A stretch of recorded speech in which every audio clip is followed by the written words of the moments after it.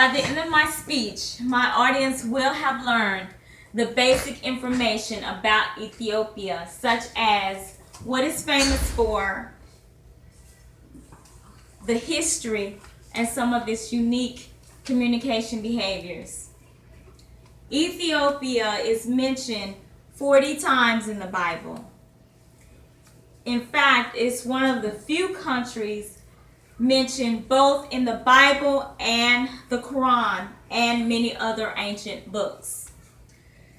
Today, I will share with you how the country of Ethiopia has more to it than meets the eye. My decision to do research on Ethiopia is because it seems like an interesting country, not to mention its ties to the motherland, Africa. First, I will talk about the history of Ethiopia.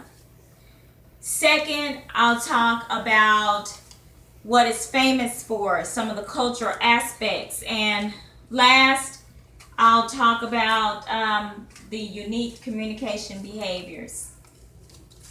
First, let's start with the history of Ethiopia. I consulted the Central Intelligence Agency's website, the World Fact Book, last updated 2015, to do more research on Ethiopia. In the section entitled CIA, the World Fact Book, Ethiopia, I learned that this country is located in Eastern Africa, west of Somalia. It has a population of over 96 million people, and it is slightly less as twice the size of Texas. Unfortunately, the effects of AIDS has caused 47,000 deaths in Ethiopia, according to 2014 CIA World Fact Book, Ethiopia. After doing research on Culturegram's website, overseen by ProQuest LLC company, to learn more about the history of Ethiopia, in the section entitled Ethiopia, I learned that Ethiopia is the oldest independent country in Africa. Legends have it that Ethiopia's monarchs are descendants of Solomon and Queen of Sheba. Next, I'll talk to you about what Ethiopia is famous for. According to the article, Ethiopia 2015 Country Review by Dr. Denise Youngblood Coleman, in the 2015 edition of Country Watch Review, I learned that anthropologists believe that East Africa's Great Rift Valley, which stretches through Kenya and Tanzania, is the site of the origin of humankind. According to Culturegram's Ethiopia in 1974, scientists in Ethiopia uncovered one of the oldest skeletons ever found. The skeleton named Lucy is estimated to be 3.2 million years old.